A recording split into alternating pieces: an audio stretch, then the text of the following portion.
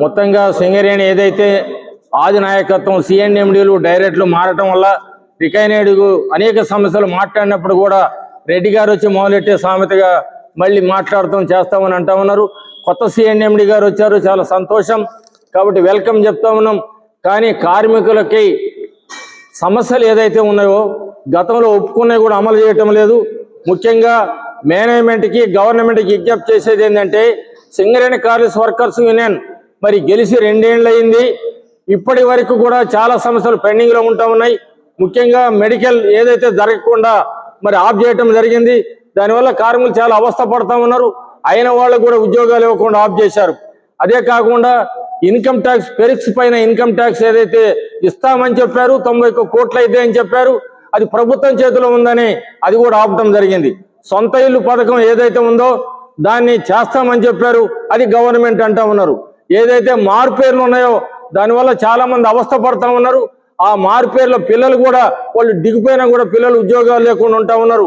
మార్పేర్లను మారుస్తాము, ఏదైతే ఉందో మరి గవర్నమెంట్ గొప్ప చెప్పామన్నారు, అది కూడా చేయకుండా ఆఫ్ చేస్తామన్నారు. ఏదైతే ఈ యొక్క కొత్త ప్రాజెక్టులు రావాలో ఆ ప్రాజెక్టులు పెండింగ్లో ఉంటా ఉన్నాయి. ఇంతవరకు దాన్ని పరిష్కారం చేయటం లేదు, దాన్ని ఫాలోఅప్ చేయటం లేదు. కాబట్టి ఇక్కడ మీ చైర్మన్ గారు కానీ మరి డైరెక్టర్ కానీ యజమాన్యాన్ని కానీ చెప్పేది ఏంటంటే, సింగరేణి ఆర్థిక పరిస్థితి బాగలేదని చెప్తా ఉన్నారు.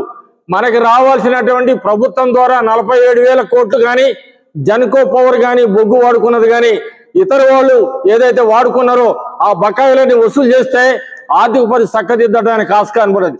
అందుకనే రికైనైడ్ యూనియన్గా మేమందరం కూడా ఇతర యూనియన్లు కలుపుకోలేనా ఈ సింగరేణి కార్మిక సమస్యల పైన స్పందించడానికి ఒక ప్రణాళిక చేయటం జరిగింది. రికైనైడ్ యూనియన్గా మేము ఏదైతే ఉందో అన్ని యూనియన్లు కలుపుకొని ఆందోళన దిగబోతా ఉన్నాం.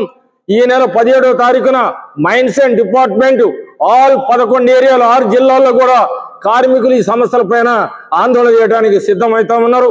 అదే కాకుండా 18వ తారీఖున శ్రీరాంపురం నుంచి త్రోడ్ సింగరేణి 11 ఏరియాలు కూడా అన్ని బెల్లంపల్లి, రామగుండం, మందమర్రి, శ్రీరాంపురం, భూపాలు అన్ని కలుపుకొని కొత్తగూడెం రీజన్తో సహా మరి జాతర ఒకటి పెట్టడం జరిగింది.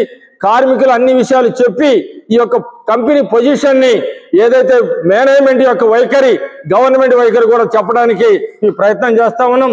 అట్లాగనే ఇప్పటికి కూడా కోడ్ ఆఫ్ డిసిప్లిన్ ప్రకారంగా స్ట్రక్చరల్ మీటింగ్లు జరగడం లేదు. కాబట్టి జరపాలి ఇమీడియట్ గా. ఈ ఆందోళన జాతర చేసి అందరికి కూడా చేస్తా ఉన్నాం. ఈ వచ్చే నెల ఫస్ట్ వీక్ కానీ సెకండ్ వీక్ లో కానీ ఒక పెద్ద 1 డే టోకెన్ స్ట్రైక్ త్రోడ్ సింగరేణి అన్ని ఇళ్ళని కలుపుకొని చేయడానికి కూడా సిద్ధం చేస్తా ఉన్నది అనేది అర్థం చేసుకోవాలని విజ్ఞప్తి చేస్తా ఉన్నాం.